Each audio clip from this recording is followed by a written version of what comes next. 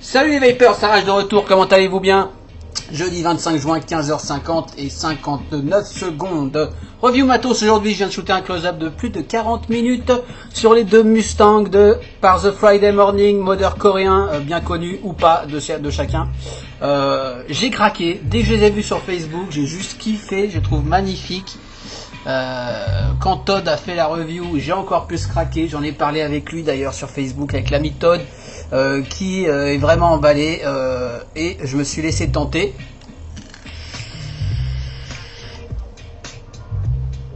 Ne pouvant choisir, j'ai pris les deux. Mon banquier n'est pas content. Chez Vapstore, on en reparlera à la fin des prix.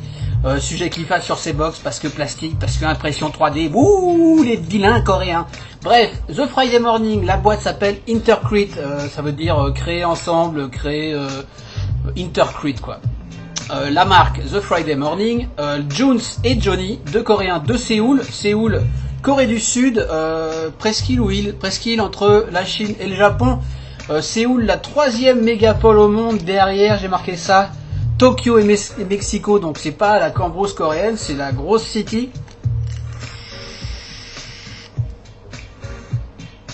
Friday Morning qu'on connaît notamment pour d'autres trucs, imprimer 3D, des voltmètres, des outils, des burning tabs, des machins très utiles pour les vapeurs avancés, qui se lancent dans les modes, qu'on en fait aussi un tout petit méca en 18350 qui s'appelle le Candy, je sais pas quoi, très sympa.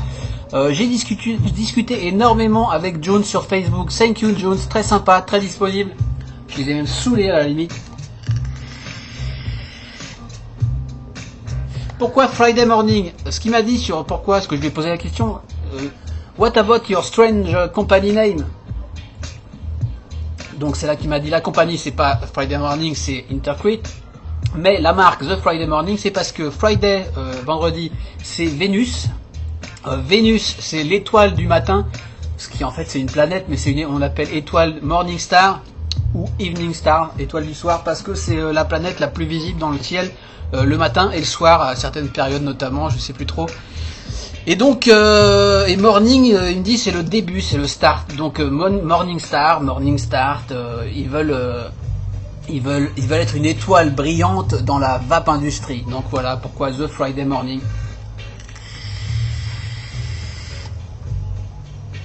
Pour la petite anecdote, la M1 en 18650, la M2 en 26650, SX 350 pour les deux. Pourquoi pas SX 350J? J'ai posé la question parce que quand ils ont développé ces boîtes, le 350J n'était pas encore disponible tout simplement. Ceci dit, c'est à venir fin d'été a priori avec une petite augmentation de prix puisque le 350J doit être un peu plus cher déjà à l'achat et en plus il va falloir changer quelque chose, quelques trucs dans la box, je ne sais pas. Donc il table environ sur une augmentation de prix de l'ordre de 10%. Bon, hein, fight budget end, hein, faites ce que vous voulez. Ne me criez pas dessus. Pour les prix, je n'y suis pour rien. Et chacun voit avec son compte en banque. Qu'est-ce que j'ai noté d'autre d'intéressant? Donc Jones et Johnny, qu'est-ce qu'ils racontent d'intéressant? On a beaucoup échangé sur les produits 3D, etc. Qui demandent beaucoup de recherche, d'achat de matériel, d'apprentissage sur le matériel. Il me disait que c'était facile de faire de l'impression 3D rapidement et foireux, mais faire de la qualité c'était pas simple, aussi simple que certains pourraient le penser. Qu'est-ce qu'il me disait d'autre? Par exemple que pour créer toutes les pièces de la M2, c'était un exemple qu'il m'a donné, la 26650, il fallait 20 heures de boulot d'impression 3D. Avec des têtes c'est des canules qui injectent, qui sortent du plastique fondu, qui durcit rapidement, avec des couches différentes. C'est un espèce de tissage compliqué, fait avec différents étages. des canules de 0,4 mm, 0,4 ou 0,5 mm. Donc imaginez pour créer un produit épais le temps que ça prend. Derrière l'assemblage, avant la R&D, derrière donc l'assemblage, le polishing à la main, sandpapers qui leur prennent beaucoup de temps également. Et donc voilà, je l'interrogeais sur les prix puisque je savais que le sujet intéressait beaucoup de monde et il dit que ça prend beaucoup de temps pour créer peu de quantité, peu de pièces et que le prix pour lui est totalement justifié par rapport à d'autres produits 3D sur le marché. Alors je sais pas de quel autre produit il parlait pas dans la vape j'imagine. Que pour lui leur prix était tout à fait justifié. Pour ma part je les ai payés, je trouve ça tout à fait justifié, c'est magnifique, c'est super beau et c'est super original.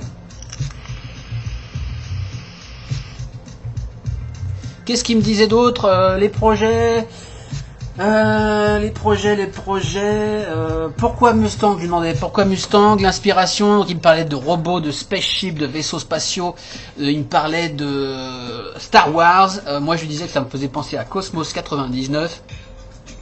Enfin c'est super beau. Mustang. Alors ils ont une série de produits à venir. Donc il y a trois idées. Les premiers c'est les Mustangs pour le côté cheval sauvage, mais aussi voiture de course. Donc Mustang pour la wildness, la wild, qu'est-ce qu'il m'a dit? Wild Freedom, la liberté sauvage. Un autre produit qui arrive, qui sera plutôt dans l'idée des oiseaux, en l'occurrence swallow, en français hirondelle, qui devrait pas tarder, qui signifie aussi bonne chance, qui sera le mois prochain, ce mois-ci, donc on est quand? Ouais, ce sera en juillet je pense. Un mode variable 50 watts à 50 watts, nice design il me dit, donc surprise, suspense, ça va être encore une tuerie, ça va être dur de pas craquer. Le swallow qui arrive et un troisième sur base de poisson, mais qui m'a dit top secret, donc il m'en a rien dit. Poisson, allez je fais un pari que ce sera la carpe. Bah, la carpe c'est plutôt le Japon, je sais pas, en tout cas sur base de poisson. Voilà de l'idée. Les Six 350 je connaissais pas avec son gyroscope, moi je trouve ça très sympa, très pratique, super simple. En tout cas je détaille tout ça en gros plan pendant 40 minutes, accrochez-vous, je regarde, j'ai tout dit, c'est parti pour le gros plan, allez à plus tard.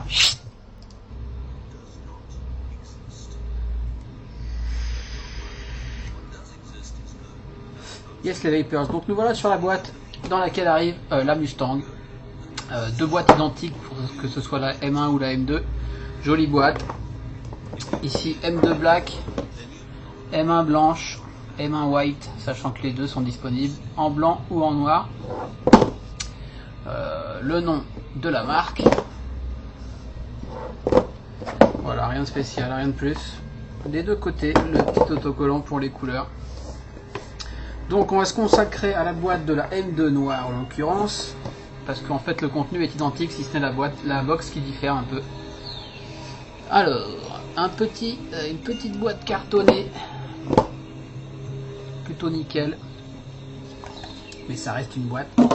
Dedans on a tout un tas de trucs, c'est assez impressionnant. On a déjà une jolie petite enveloppe comme ça, The Friday Morning, avec le site internet, un joli papier, un certificat sur un petit papier gaufré comme ça, un petit peu mat, gondolé, j'ignore le nom, The Friday Morning.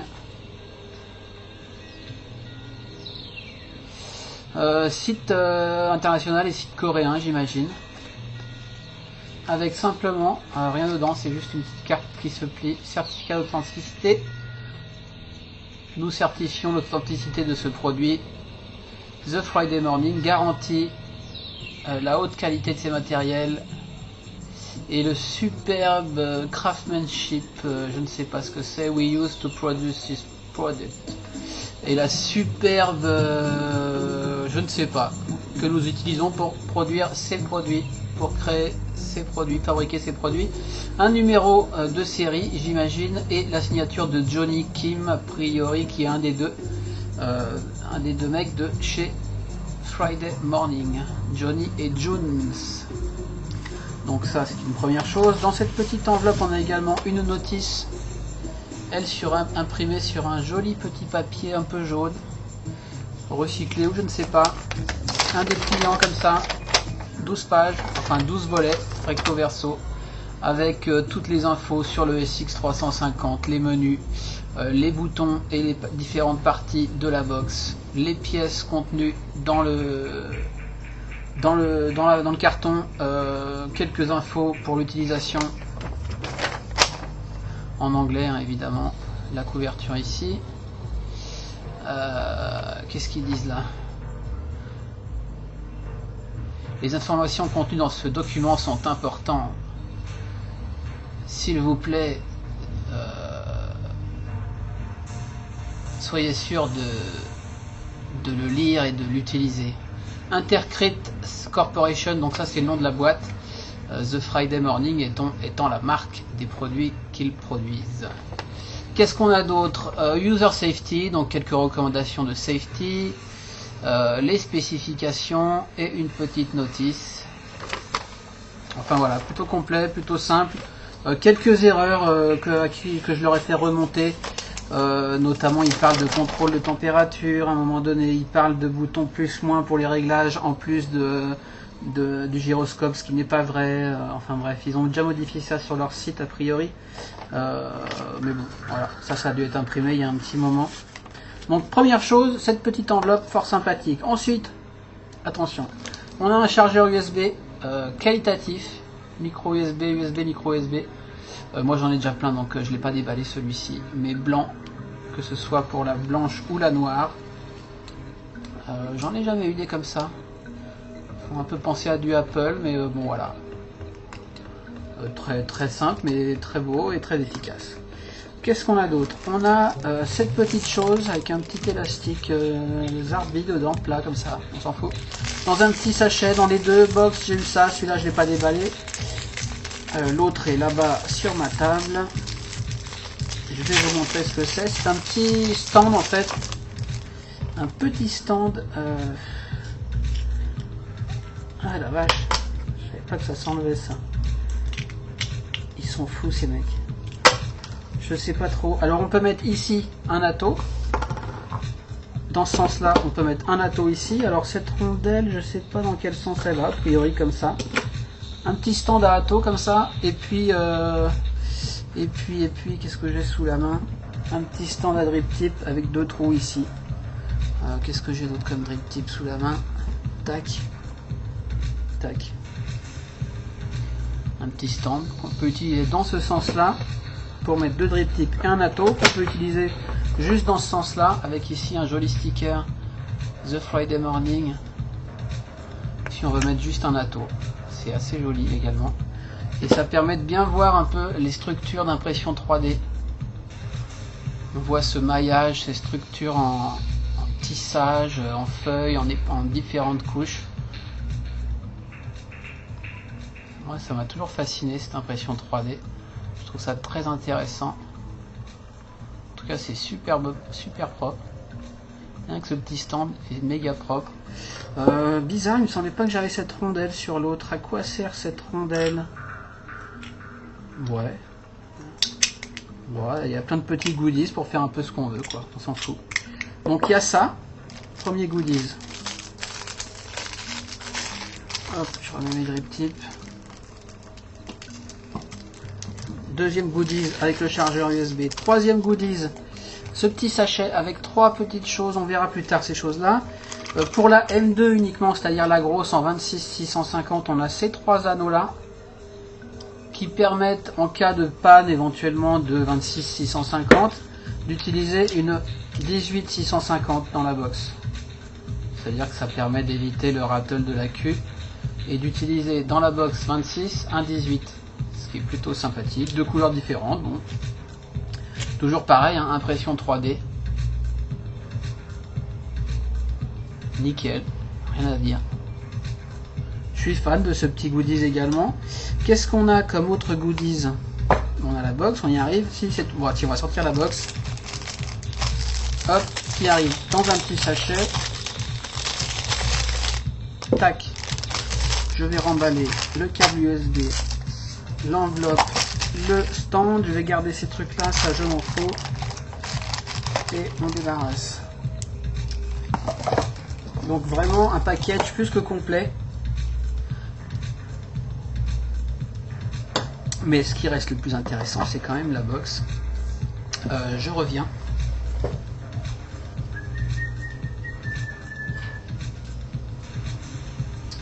Je suis là. Je suis là. Donc, et ben cette box, on la déballe et la voilà. Dans toute sa splendeur.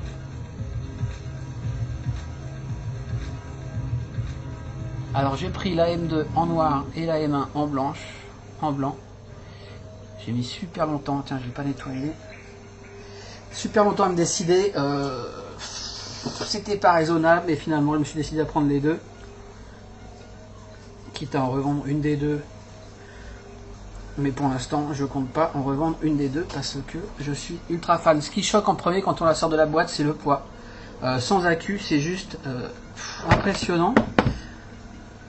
On va la peser sans accu pour commencer. Tac. 121 grammes pour une grosse box comme ça, c'est impressionnant. Ça parlera à certains. Sachant que je vais montrer maintenant la M1 pour comparer les tailles. On va commencer direct par les tailles. La différence de taille est vraiment minime entre les deux.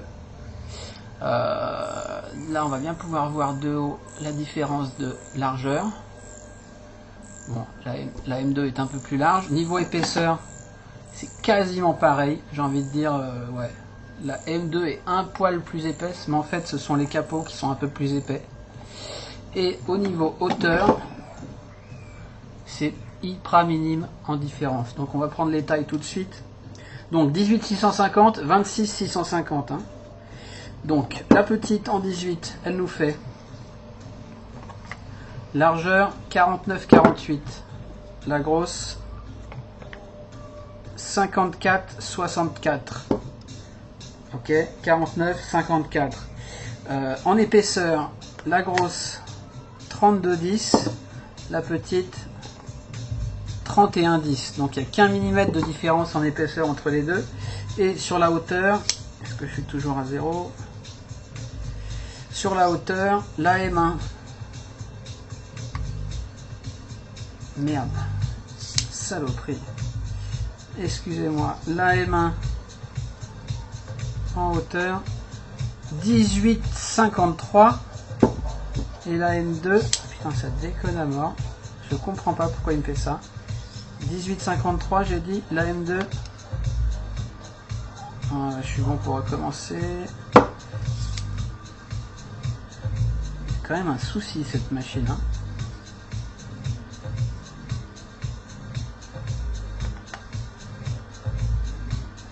Là j'ai 97,36 sur la M2. Ouais, 97 sur la M2. 94,5 sur la M1. Donc pas énorme différence de hauteur. Je sais pas ce qu'il a ce truc. Si quelqu'un peut m'expliquer pourquoi des fois il change son point de zéro quand je suis ouvert, ça m'intéresserait. Bref. Hop. Voilà pour les tailles. Donc vraiment différence mise au point, tiens. Mise au point manuel.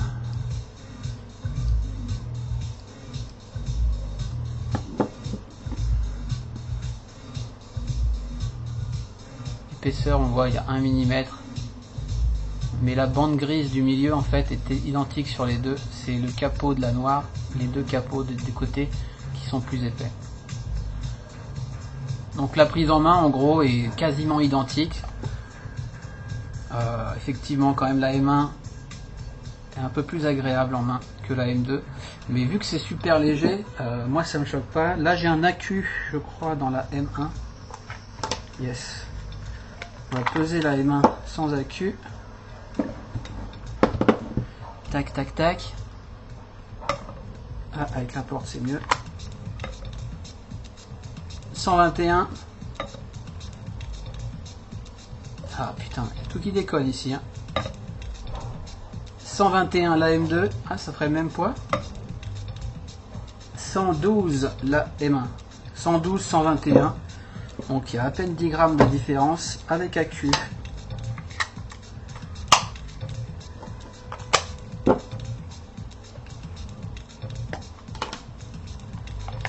évidemment. Un 26 650, c'est un peu lourd. Avec AQ, la M1 155 et la M2 206. Là on prend 50 grammes sur la M2, mais j'ai dit combien, 156 en 26 650. Bon, j'en ai pas d'autres 26 650 là, et si je prends par exemple la Black Osmium, je suis carrément à 376 en dual, 300 dual 18 650. La MVT, la Evic VT 266. Vous voyez, c'est quand même super léger, malgré que ce soit une 26 650, puisque le poids vide est supra léger.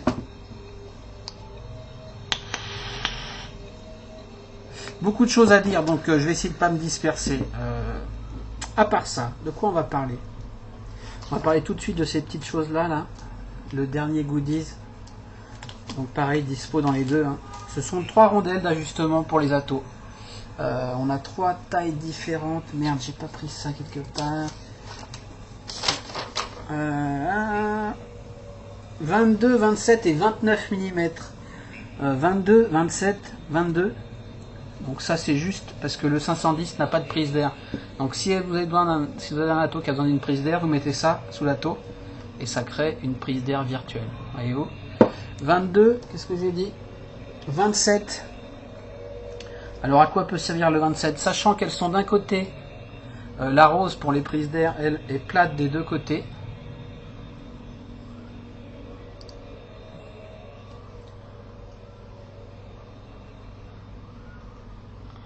Lisse d'un côté, un peu granuleuse de l'autre. La 22 et la 27, elles sont plates, lisses d'un côté. Et de l'autre, il y a un petit rebord autour.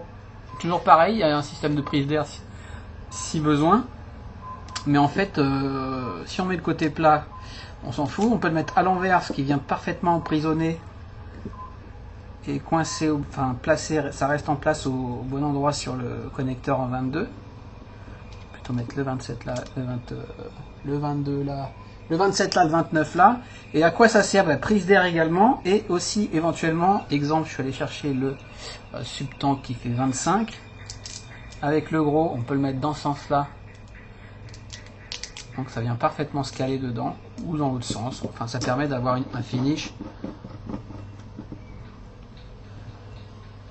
De pas avoir de gap autour du connecteur, quoi. Je sais pas si je suis très clair, mais je crois. Mais on peut prendre le 27, le mettre comme ça. D'ailleurs ils disent 27, ça doit faire 25 plutôt. Encore une erreur sur la notice.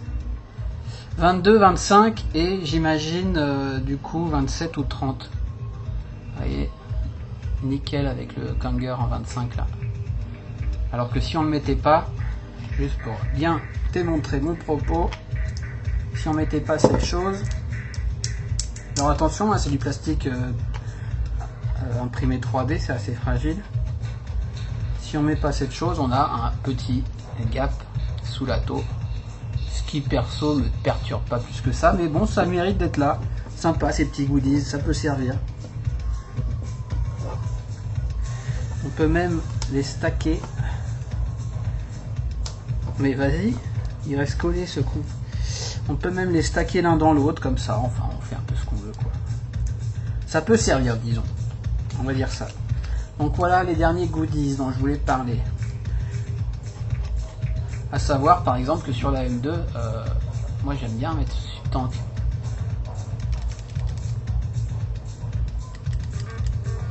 En 25. Qui est un monstre, hein. Plus un gros drip tip. Je suis à 35 watts, ça devrait le faire.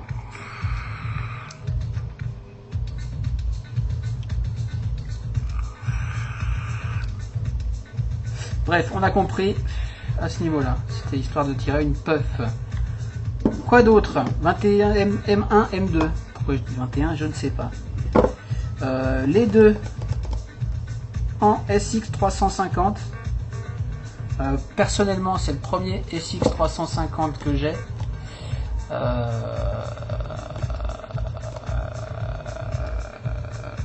En enfin j'ai eu un vieux SX 350, je crois que les Seagulls 100 watts sont en SX 350, mais c'était pas avec cet écran avec le tactile. Je suis en train de voir pourquoi il y en a un qui est éclairé pas l'autre, peut-être parce que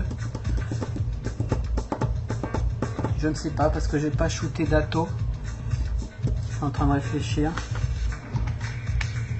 Bon, ça c'est de toute façon c'est le SX 350, c'est pas la box, mais SX 350 que j'aime bien au final. Le gyroscope c'est sympa. C'est vrai que 2 boutons c'est peut-être un peu plus rapide. Non, c'est pareil, voilà. Ce qui est chiant avec le SX 350, c'est que dès qu'on relâche le fire, l'écran fade quoi. Ce qui fait qu'on a un peu de mal à lire les infos, et quand on appuie, il y a des infos qu'on voit plus, notamment la charge de la queue, puisqu'on voit la décharge en temps réel quand on fire. Sinon, on voit identique, un micro USB en bas, qui bouge pas d'un poil, qui est peut-être un poil en biais, mais bon. Un petit indicateur de charge ici, une petite lumière, vert, rouge comme d'habitude. 4 vis sur la façade, 4 vis cruciformes. Un bouton Vandal, ma foi plutôt agréable. Course longue, évidemment je l'ai verrouillé avec 3 clics. 3 clics verrouille, 1, 2, 3, déverrouille. Bim. Course un peu longue, mais justement il y a Todd qui faisait une review hier sur un mode en SX 350 qui disait que sur tous les SX la course est plus longue que sur les Volvo ou autres chipset, donc je sais pas si c'est effectivement le petit bouton du chipset qui est un peu plus long sûrement, mais ce bouton est agréable, c'est-à-dire on appuie et d'un coup ça va s'enfoncer.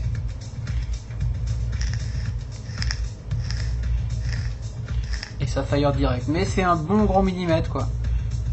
C'est 2 mm. Quasi.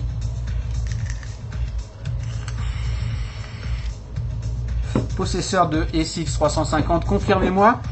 Écran donc carré, écran protégé par un petit dark, comment il m'a appelé ça? Je vais vous dire ça. 0,4 mm dark brown color screen window. Donc un petit film plastique un peu dark de protection. Donc l'écran n'est pas directement à portée de doigt, mais ça reste souple quoi. C'est du 0,4 mm, c'est pas non plus mou, mais attention quand même, je pense. Ça, en tout cas, ça ne bouge pas. Les écrans, un petit poil en biais, un poil. On voit que ça monte ça monte les deux. Surtout celui-là, un petit peu vers la droite, en haut à droite. Il monte un peu par ici. Bon, c'est pas catastrophique, mais j'aime bien chipoter. Le chipset, je sais pas si je vais en faire le tour, je vais voir. Qu'est-ce qu'on a d'autre sur les faces? Alors. Gros point important pour le choix, la M1 qui a un second bouton fire qui est absent de la M2, ce que je regrette parce que au final je préfère nettement la M2 au niveau autonomie etc. Je regrette ce deuxième bouton qui est vachement agréable, et lui c'est un tout petit bouton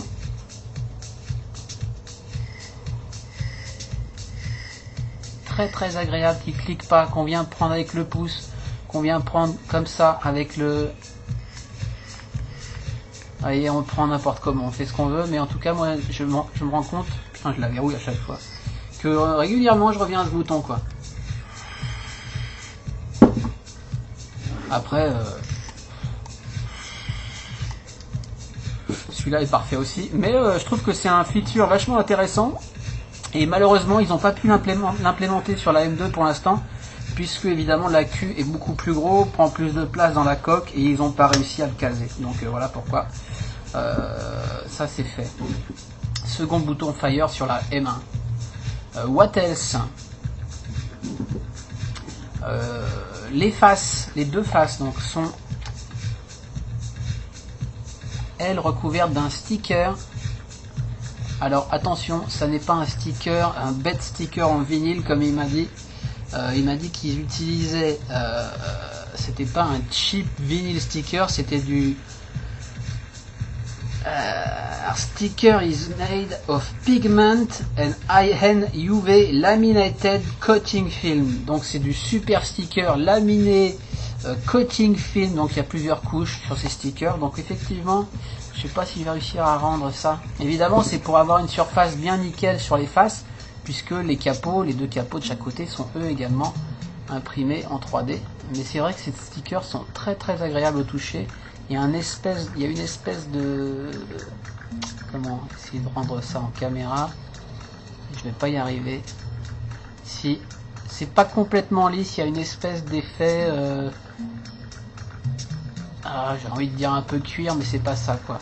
Enfin, vous le voyez là, c'est pas complètement lisse. C'est très résistant, j'ai aucune trace, aucune griffe dessus. Aucun décollement non plus. Ils sont parfaitement ajustés. On voit en dessous par ces trous là. Parfaitement ajusté, parfaitement collé, et donc des deux côtés. Autour des vis, on voit donc ce capot là est tenu par 4 vis Allen. On est Allen ou en étoile? Allen. Étoile, je sais plus. Allen.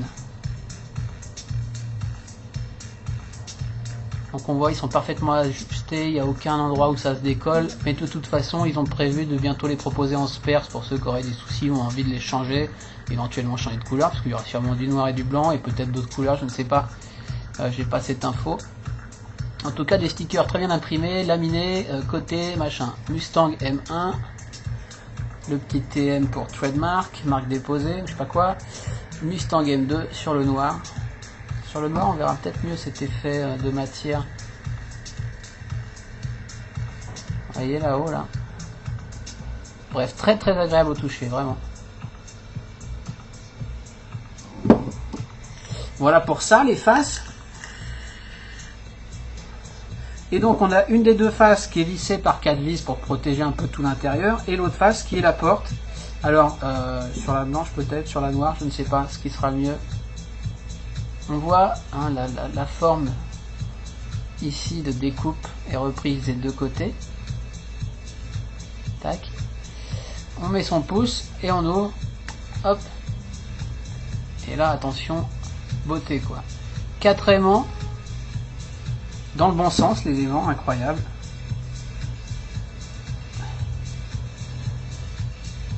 Qui tiennent parfaitement en place. Qu'est-ce que j'ai ce reflet bleu là? Ah, c'est juste un reflet de lumière, pardon. Donc l'intérieur, et lui évidemment n'est pas fini, n'est pas poli, etc. parce qu'on s'en fout. Et en plus ça permet de voir un petit peu comment c'est foutu, cette impression 3D magnifique.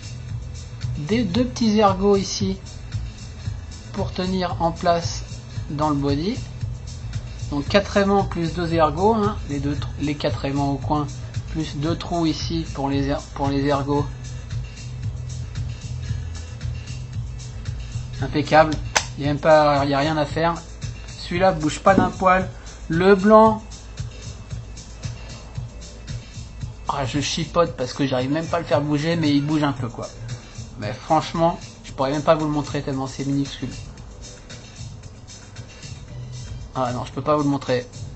C'est moins parfait que sur la noire, mais bon, il faut savoir que les petits trous là, on voit, hein, en fait c'est prévu sur les plans du projet 3D. Et donc chaque couche n'imprime rien à cette zone là, etc. Enfin c'est génial quoi. Ou alors il repère ça après, je ne sais pas. En interne on a un sticker du même acabit que les stickers d'efface qui reprend le nom de la marque, le nom du produit, le nom du chipset, Yihi Technology, un petit sticker holographique avec le numéro de série. Tiens oui, ce que j'ai pas dit, c'est qu'on s'en fout, mais je le dis quand même.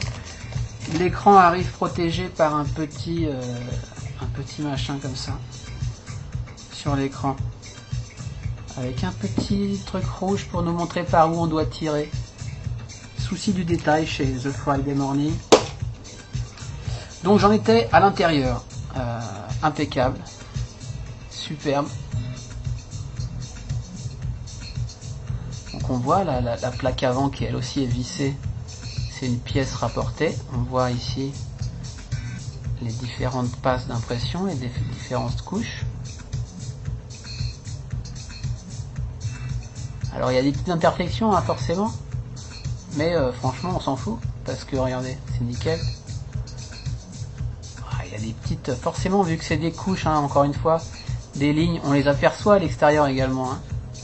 J'en ai parlé avec eux de ça, parce que les premières réactions quand les gens voient cette box, c'est putain c'est mal fini, mais mon cul c'est mal fini.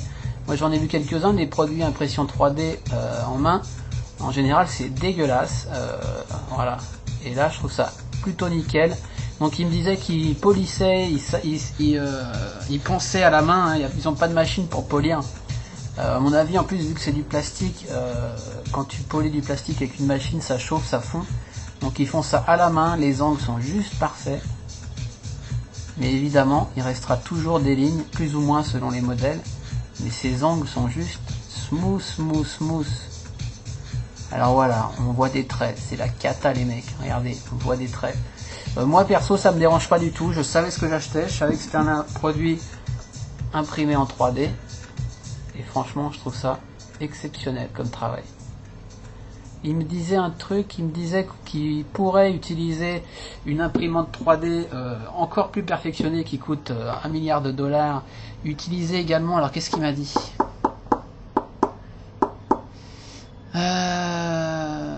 Qui pourrait utiliser un autre plastique que l'ABS, qui serait de la résine UV, mais que c'était très fragile, que ça avait une durabilité assez faible et très sensible au choc, contrairement à l'ABS. L'ABS, a priori, c'est ce qui faisait nos pièces de Lego, et notamment la carrosserie de la Méhari, si ça parle à des gens, une bagnole. Donc c'est plutôt très résistant. Donc ceux qui piaillent pour la finition, franchement montrez-moi un produit 3D mieux fini que celui-ci et on en reparle. Et si vous travaillez dans l'impression 3D, je veux bien parler avec vous, sinon j'en ai pas envie. Donc ça c'est fait, on n'en reparlera plus, en tout cas j'espère. Voilà, quelques imperfections qui personnellement me dérangent pas une seconde, même si c'est un truc qui coûte 250 balles quoi, ça n'a rien à voir. Donc l'intérieur de la porte. Alors à noter que, regardez, une 26 650, si je la mets comme ça sur la bande grise du milieu, elle dépasse, et là elle dépasse sur le noir, et en bas, alors là c'est pas bien réussi, oh là là c'est chiant à l'envers les mecs, là je dépasse sur le noir, là aussi. Ça veut dire qu'en fait les deux capots sont crevés en interne, c'est quand même super bien pensé, et on le voit ici. Il y a une deuxième partie sous les trous là, qui elle, là c'est plus fin que là, pour que ce qui manque pour insérer l'accu dans cette épaisseur, en fait voilà, il y a une partie de l'accu qui est dans le capot quoi, et de chaque côté donc. Je vais vous sortir l'accu. Oui, pour sortir l'accu, on a une charmante petite languette The Friday Morning, en je ne sais quoi, tissu mais plastique, je sais pas ce que c'est, peut-être aussi imprimé, je ne sais pas, je pense pas. Et on a ici une partie un peu souple comme ça, ici là. Donc il suffit pas de tirer sur la languette vers le haut, il faut tirer en pushant en même temps sur cette partie souple ici, donc vers l'extérieur. Et ça sort très bien, vous voyez. Et donc on voit au fond là,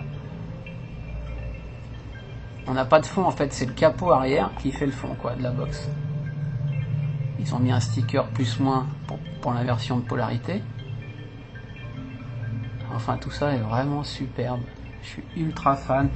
Ils utilisent cette connexion, c'est pas, je leur ai dit c'était du cuivre, et qu'est-ce qu'il m'a dit, zut, c'était pas du cuivre, enfin c'était du phosphore bronze, du bronze phosphore bronze, je sais pas ce que c'est, les pros commenteront ou sauront, c'est un produit qui a une excellente performance en conductivité apparemment. Donc voilà, hein, deux petites languettes toutes bêtes, hein, pour les plus et les moins, très efficaces, aucun souci avec ça. Ça m'a pris tous mes accus, j'ai eu aucun souci. Et puis voilà, il n'y a rien d'autre là-dedans. Hein. C'est juste super. Et pour insérer la Q, hop, plus en haut. Hop. Bim. The Friday Morning. Alors quand on met la Q, ça affiche The Friday Morning SX350. Par contre, c'est pas allumé. Il faut refaire 1, 2, 3, 4, 5. Merde. 4, 5. Oh, j'en déconne. En direct, tu vas pas me faire ça. 1, 2, 3, 4, 5. Ah yes. Il y a une certaine vitesse à respecter avec ce SX, c'est chiant.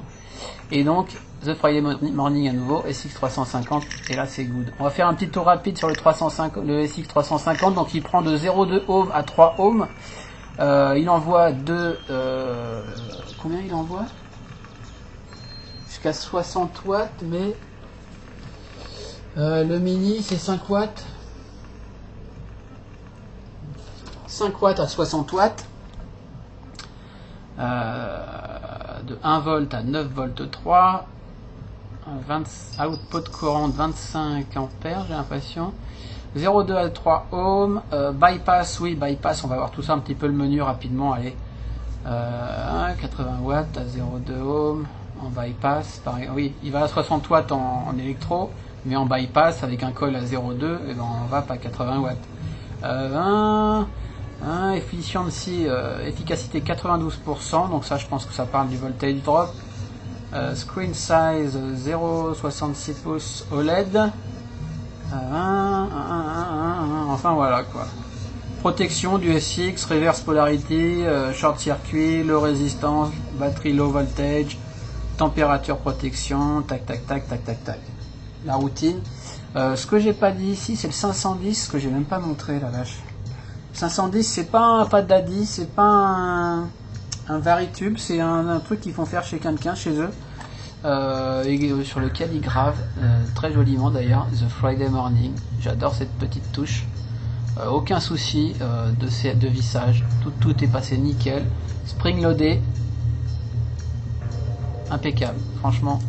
Pas de prise d'air, mais perso je préfère. J'aurais kiffé s'il était au centre, mais vu la conception, il peut pas aussi être au centre. Puis il est aligné avec ses petites... enfin voilà quoi, super joli. Tais-toi.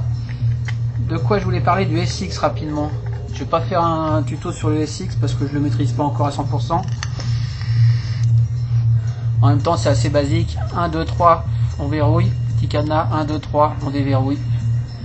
Ok, 1, 2, 3, 4, 5. On rentre dans le menu. On arrive sur les mémoires. Donc on a 5 mémoires. Si on penche à gauche, M1 5 watts, M2 10 watts, M3 15 watts, M4 35 60. Moi j'utilise 4 et 5. Donc on choisit. Une fois qu'on a choisi, imaginons là je redescends sur la M4. Parce que si je vais mon Atlantis à 60, je vais me cramer la gueule. On appuie, exit, oui, à droite, hop, on est à 35 watts. 1, 2, 3, 4, 5. J'ai fait 6, bon c'est pas grave. Exit, on va recommencer. 1, 2, 3, 4, 5. Donc si on veut adjust le M4 en l'occurrence, on fait à droite, on tombe sur adjust, on reste à droite. À 0,5 ça commence à augmenter, à 1 ça augmente encore plus, tac tac tac tac tac tac tac. Plus on penche, pareil, mais je crois pas. En fait c'est pas plus on penche, plus on accélère, c'est au bout de 0,5 watts ça accélère un coup, et au bout d'un watt ça accélère encore un coup. Mais je pense pas que ça ait à voir, voyons voir, là je pense un tout petit peu, vous voyez ça accélère à 0,5. Et voilà ça accélère, donc j'ai pas, c'est pas en fonction de l'inclinaison, hein. Ça je crois que c'est un mythe, enfin peut-être je me trompe, hein. Désolé si je me trompe. Je vais redescendre à 35 watts, c'est plutôt précis, moi j'aime bien. Est-ce que c'est plus rapide ou moins rapide qu'avec des boutons? Je ne sais pas. C'est un coup à prendre, franchement là je suis à l'envers et je regarde sur l'écran ce que je fais.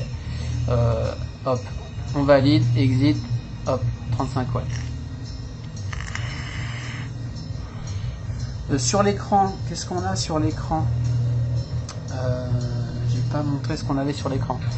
Sauf que vous voyez, c'est très très chiant. Donc les watts auxquels on va, les volts que ça va demander à 35 watts, il va falloir tirer 4,55 sur la Q qui lui est chargé à 4,12, ok. Et les ohms, avec 2 chiffres après la virgule, ce qui est super. Donc quand on appuie en temps réel, on voit que la Q baisse, il envoie 4,60, la Q baisse, et à partir du moment où il est trop bas la Q et qu'il peut pas envoyer ce qu'on lui demande, on sent déjà une baisse à la vape et on a un trait en travers du dessin de batterie là. Et il est temps de changer de batterie. On peut vaper en passe-trou. Enfin entre guillemets passe-trou. Et puis voilà, alors le menu vite fait, 1, 2, 3, 4, 5. Donc 1, on a les mémoires, ok, 5 mémoires pré-réglées. J'ai l'impression qu'elles sautent quand on change d'accu, mais pas, enfin je suis pas convaincu là-dessus, à voir, à confirmer. On reclique, exit, donc soit on revient, on sort du menu ou pas. Donc droite oui, gauche non. On reclique un coup, bypass. Donc bypass, si je mets à droite on, je suis en mode mécanique. Je reclique jusqu'à arriver à exit. Hop, je suis en bypass et là je vape sur ce que me propose l'accu, c'est-à-dire on voit 4,10 charge d'accu, 3,81, ça doit être voltage drop, alors pris en compte en fonction de la résistance certainement. Ça marche très bien, a priori je conserve les sécurités quand même, à voir. 1, 2, 3, 4, 5, je reviens dans le menu. Je vais, non pas à droite, je reclique. 1, 2, bypass, je vais mettre sur off, donc à gauche. Hop, je reclique, système on-off, ça c'est pour l'éteindre. Hop, bye bye. Donc pour l'éteindre complètement, c'est ce menu. 1, 2, 3, 4, 5. On reboot. Yes. Boot un peu long, bon. Hop. Ensuite, bypass, on a vu, système on-off, link off, alors ça c'est pour les mises à jour, link off on, pour le brancher à un PC, pour les mises à jour du chipset II. De ce que j'ai trouvé, ça n'existe pas pour Macintosh, donc s'il y a une mise à jour, je vais être dans la merde. À moins de l'envoyer à quelqu'un qui a un PC et qui sait gérer ce genre de trucs, je sais pas trop ce que je vais faire. 5, a priori si on fait rien on sort du menu tout seul. 2, tac, system on, link off, display, alors display écran left ou right, left, gauche, right, voilà, ou auto. Alors auto c'est sympa, je vais sortir, alors là ça va pas être simple, auto, vous voyez, auto, la box dans un sens, hop, et l'écran suit le sens de la box, qui n'a pas grand sens sur une box comme ceci, mais bon ça c'est une option du SX. Merde, j'en étais où? Voilà, display, donc moi je le veux pas en auto, je le veux pas en right puisque c'est à l'envers, je le veux en left, oh il me fatigue, left, ok, et puis voilà on a fait le tour. Donc menu assez simple. Hop. Voilà, voilà. A noter que sur la M1, le second bouton Fire ne sert pas qu'à firer, hein, il sert également à naviguer dans le menu. C'est un second bouton, en fait, il fait exactement la même chose que l'autre. Ok. J'aurais vraiment aimé voir ce bouton sur les deux versions, mais bon, c'est pas grave. De quoi j'aurais pas parlé? Ouais, c'est bizarre ça. Des fois il reste allumé.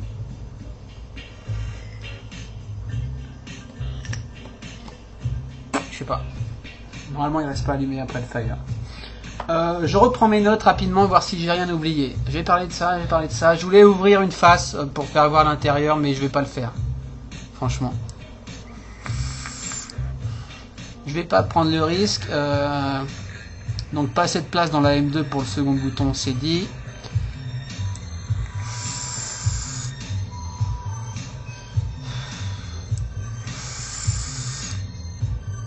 Donc voilà, je crois que c'est bon hein, pour le gros plan.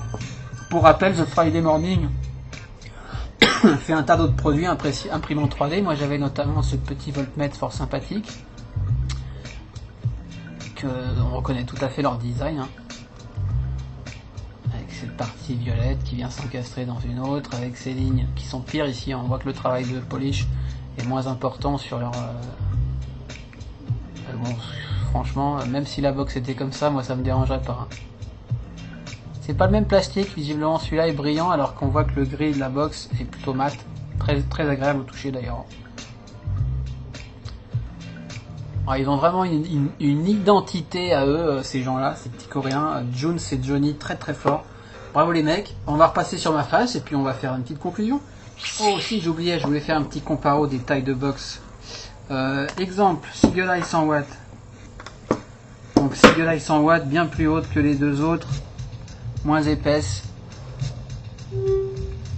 Voilà. X-Home. La X-Home se situerait... Ouais, la X-Home est plus haute. Et évidemment un peu moins large, mais pas des masses. Pas des masses. Quand même, un petit peu. Voilà, qu'est-ce qu'on a? Black Osmium. Elle se situe où celle-ci? Niveau hauteur, elle est plus petite. Niveau épaisseur, elle est presque comme la M1. On va la placer là. Alors, comment on va faire ça? Il me faudrait un truc pour... il me faudrait un truc pour plaquer les choses. Zut! Tiens, un petit DVD pour plaquer. Hop. Qu'est-ce qu'on a d'autre? Une billet de box.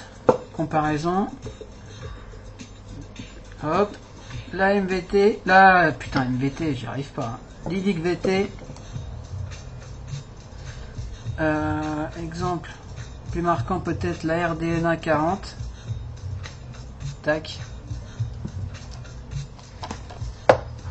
Si je mets bien tout ça au même niveau.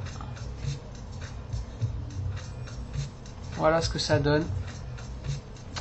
Donc voilà, c'est pas énormissime. Franchement, en hauteur, c'est pas énorme. En épaisseur, c'est sûrement les plus épaisses de toutes. Mais moi, ça me choque pas. J'ai pas des mains de bûcheron non plus énormes. C'est sûr que c'est épais. Hein. Mais vu que c'est super agréable au toucher plastique et que c'est très léger, ça chie pas. Donc voilà, c'était tout ce que je voulais faire. C'est parti. Yes les Vapers, donc de retour pour une conclusion. Je lui colle un petit dripper. On va le monter à 60 watts. M5, hop, hop, exit. Non, 1, 2, 3, 4, 5. M5, 60 watts, exit, ok. Petit dripper à 0,58 ohms, 0,57 ohms. Il m'envoie 6 volts 4. Ouhouhou. Je vais lui coller un peu de Yemango de chez Customixed, excellent jus dont je ne me lasse pas pour l'instant. Ultra gourmand, un peu surprenant à la première taf, mais addictif par la suite. On n'est pas là pour ça. Donc voilà, les Mustangs, vous savez tout sur la Mustang, vous saurez tout. J'espère en tout cas. Moi je suis ultra convaincu, ultra fan. Les prix, alors les prix. Chez Vapstore, 250 €, la M1 en blanc ou noir, 275 € la M2 en blanc et noir. Je regarde un truc, frais de port offert évidemment, puisque c'est à partir de 89 €. Ce qui est très correct, puisque si on regarde bien, si on les prend chez Friday Morning, c'est 295 $ la M1 et 320 $ la M2.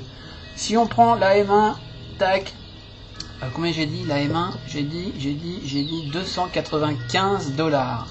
295 $. Ça nous fait en euros 263 €. Vapstore l'a fait à 250 parce qu'évidemment Vapstore la touche pas au prix client si on la prend directement en Corée. Ce qui veut dire que Vapstore a vraiment serré ses prix et ses marges sur cette box parce que je crois qu'il croit beaucoup à cette box. Évidemment, ça s'adresse à un public de passionnés, de collectionneurs ou de fortunés. Moi, personnellement, je suis pas fortuné, mais la vape, c'est mon seul loisir. Donc, j'ai craqué sur les deux. Ça fait 500 boules les deux. Si je les revends, je rentre plus ou moins dans mes frais. Mais je compte pas les revendre, encore une fois. À l'usage, petite préférence sur la M2 pour l'autonomie du 26-650, notamment sur Dripper à 60 watts. Là-dessus, Dripper à 60 watts, ça va pas le faire quoi. En tout cas, ça va le faire très peu de temps quoi. Donc pas mal aussi sur les Cliro Subhome. Je trouve ça très bien à 35-40 watts sur les Subhome. À vrai dire, je tourne plutôt sur des Cliro Subhome sur ces box et sur Dripper sur la M2.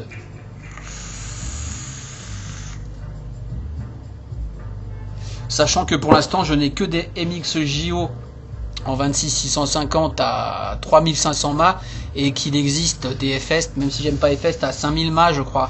Donc je crois que je vais me laisser tenter quand même. Sachant que on monte à 60 watts, qu'est-ce qu'ils disent, 20 ampères minimum pour les accus ou 25 ampères, je ne sais plus, donc on devrait être plus ou moins bien. Enfin voilà. Concernant donc l'impression 3D, le plastique, etc. Évitez toute polémique sous cette vidéo à ce propos-là, franchement. C'est ridicule, comme disait Todd, et oui, je cite encore Todd, je ne me compare pas, je cite toi, Baltringue. Il disait dans sa review, pareil, arrêtez de me saouler avec le prix, sauf si vous êtes 3D printer, que vous savez parfaitement de quoi vous parlez, sinon fermez votre bouche et puis c'est tout. Et si vous n'avez pas les moyens, eh ben vous les achetez pas, vous regardez la vidéo si ça vous intéresse, et sinon tant pis. Enfin voilà quoi, faut arrêter 2 secondes, ça commence à me saouler un petit peu. Parce que c'est du plastique, parce que c'est pas un bout de ferraille qu'un mec dans son garage va mettre sur un tour. Est-ce que ça mérite plus d'argent un bout de ferraille qu'un bout de plastoc? Le débat est là, mais on va pas s'énerver parce que Arash s'énerve un petit peu trop. Moi je vous le dis, je les kiffe d'une force absolue. J'espère vous avoir appris 2-3 machins.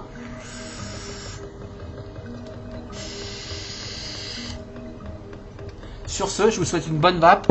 Review à venir dans la semaine, la mini K-Box, le kit shoebox de Kenger et où est-il, Livik VT, dont je suis ultra fan de chez Joytech. Franchement, super agréable. Mais on n'est pas là pour parler de ça. Sur ce, je vous fais des boutous partout. Et je vous dis à bientôt. Ciao, bye bye.